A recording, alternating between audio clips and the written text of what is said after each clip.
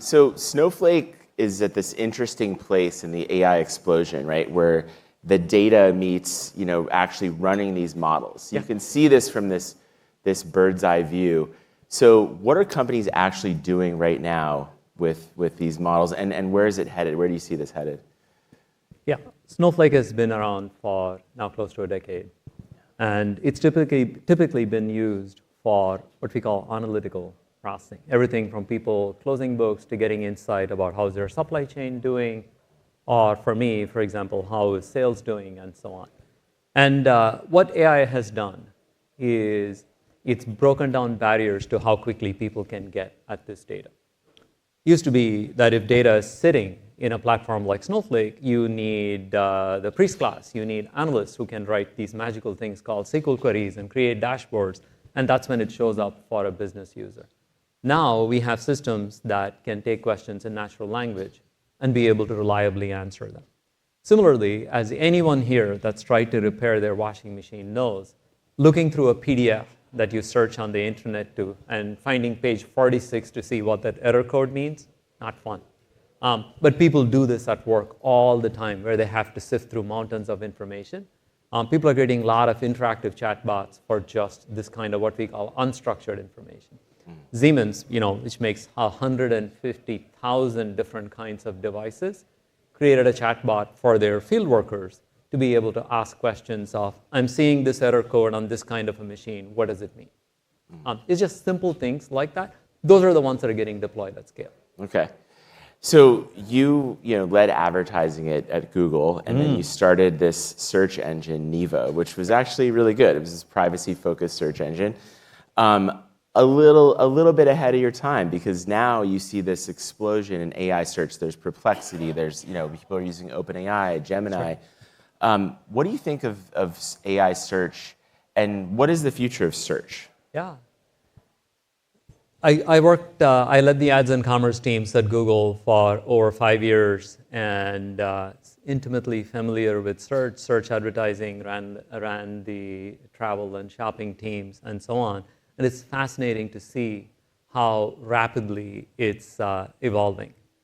One of the worst kept secrets on the internet is that OpenAI, ChatGPT, has, I think, 800 million something users, and growing at multiple percentage points every week, which is wild. I think it'll be one of the fastest billion user products in the world ever. I think it just reflects the fact that none of us likes wading through a series of links or clicking around to get an answer. And ChatGPT's model, especially when it's backed with search, so you don't have to worry about things like hallucinations, of giving you an answer. Anytime I want to look up information about a company, Salil was here just now, if I want to know a quick summary about Infosys, the stock and the company, I just ask that in ChatGPT, and 3 seconds later, I have that quick summary. I think more and more of these kinds of simple questions are going to be answered by the likes of ChatGPT. I think there's something interesting happening on the other side as well, and I've spoken about it. I'm sure all of you don't particularly like shopping on the internet. It's just really hard. Something as simple as buying airline tickets, you have to go to multiple sites, figure out, compare, and buying other things like shoes and so on. It's a true pain. But I don't think we're that far away from a moment in which you can roughly describe what it is you're looking for, and you can have agents that can do a pretty good job of running searches on your behalf, assembling reports. It's early for this kind of stuff, but you can already see the genius behind things like deep research, which I use a lot, for doing in-depth research with stuff. And so I think search is under attack, both on the simple questions that people prefer answers for, and the complex stuff where you and I have to wade through lots and lots of information that we have no interest in doing, and how do you make that kind of an experience better? So I think there's a lot of change coming, and obviously it's interesting. It'll be interesting to see how much Google is able to adapt to these kinds of changes. So Google is obviously a leader in AI, and their AI search is pretty good. But what's the role of advertising in that kind of a search, do you think? Can you still sell ads against a deep research that you described? I mean, I think this is one of those situations in which you need to embrace and win and not worry about business model. This is the reason why established companies struggle to innovate, because they try to answer questions like that out of the gate. At this point, it is existential for Google to be relevant in the world of search. The money will come. People will figure stuff out. I can go back to my own history at Google when, first of all, desktop search had flattened out. PC sales, well, flat as a pancake, 2008, 9, it just stopped. And so our query growth, none. And mobile was just then coming along, and it made 1/10 the money that desktop search did, and yet it was the only place that had any amount of query growth. But Google's genius then was that they created Android. We cut the deal with Apple to power search and search advertising. We captured the market, and then my team went through a 5-year grind of increasing RPMs, the money that we make on mobile queries, from the 10% much closer to the 100%.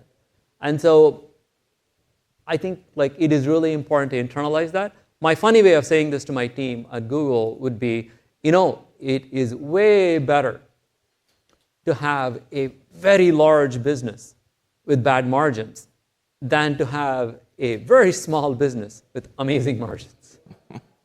I think that's what's going to happen with AI as well. These lessons keep coming back again and again. That is really interesting. I've been out here a couple days in DC talking to a lot of business leaders, and there's a ton of uncertainty right now in the market, and I hear this a lot, that we're just going to hold off on investment right now. We're going to slow things down. We don't know what the future holds. Is that the attitude in Silicon Valley, and what happens if those companies do decide to pause?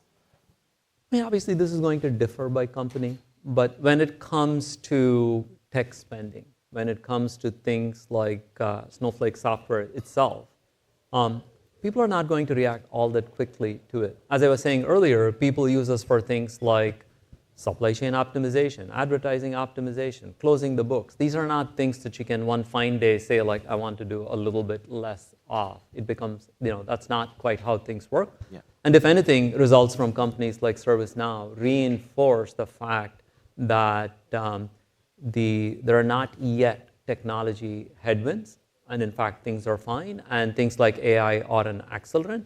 That is generally what we see. But you're right. We have customers that sometimes make commitments of $100, $200 million for spending with Snowflake over the next 4-5 years. Will there be worries about getting into those kinds of agreements if the current situation persists? That's a natural consequence. So I think this will play itself out quickly.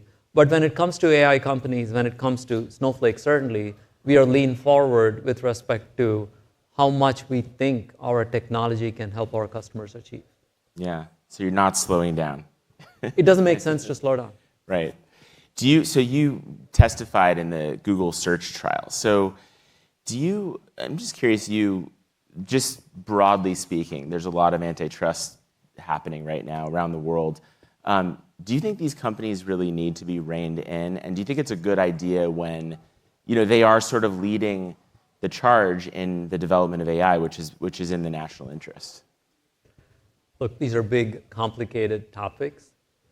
And I'm a big fan of history when it comes to these kinds of areas. We go through cycles. And I think we went through a cycle of thinking that antitrust is completely useless and it should have no purpose whatsoever, to saying perhaps there is such a thing as too big. My very high-level take is that companies should not approach the size of countries. Why? Because they are unitary in nature. They are profit maximizing. They're not for any kind of social good. I'm not saying anything dramatic here. That's the construct of a company. And so that's the bar that we should have when we think about what does antitrust mean for us as a nation. There's a bunch of stuff. There's way smarter people than I am that are going to think through these topics. That's interesting. So I looked at the stock price of Snowflake. I know that the ChatGPT moment was before you took the helm, but obviously there's going to be an increase in demand when all of a sudden this, as you said earlier, this unstructured data becomes valuable. But the stock price didn't move at all. And I just wonder, like, do you think that the markets kind of really understand what's happening right now? Or do you think there's like going to be a lag time before people, grasp? That's a good question. I think last year was interesting for Snowflake. We obviously went through a management transition. I took over from the legend that Frank Slootman is. There were also questions about how nimble and quick we would be with fast-changing things like AI. And over the past year, what we have shown very decisively in the market is that we have an amazing ability to create great new products, to deal with unstructured data, for example. Our search index is bar none, is the best in the world when it comes to how can you create chatbots quickly and efficiently. We have gone through a process of demonstrating to our customers that AI can be easy to implement. I tell people you can build a chatbot on Snowflake in less than a couple of hours on a custom data set. It can also be efficient. We don't ask for big commitments from our customers. And we emphasize things like trustworthiness a lot. In business, you need to be able to believe your answers. My way of telling that to my AI team is when Scarpelli, my CFO, asks how much revenue did Snowflake make yesterday, that's not a probabilistic answer. That's not a matter of debate. He needs exactly one answer and better be the right one. So I think we have shown an ability to move quickly and get things done. Obviously, we are going through, let's call it turbulence in the stock market right now. But I feel very optimistic about where Snowflake is as a company and the general trajectory of where we are headed, both with data being more and more critical, but AI being a massive accelerant to how you can get value from that data. Well, you mentioned trust, and I know hallucinations are a big problem where these models are confidently wrong. How are you dealing with that? Are there any new techniques that people are using? And I'd love to hear about it. Yeah, first of all, we need to think about AI programs the same way we think about software engineering. When any of you, even if you know nothing about software engineering, download an app on your phone, you actually have an implicit understanding of what that thing is supposed to do, and you expect it to do it.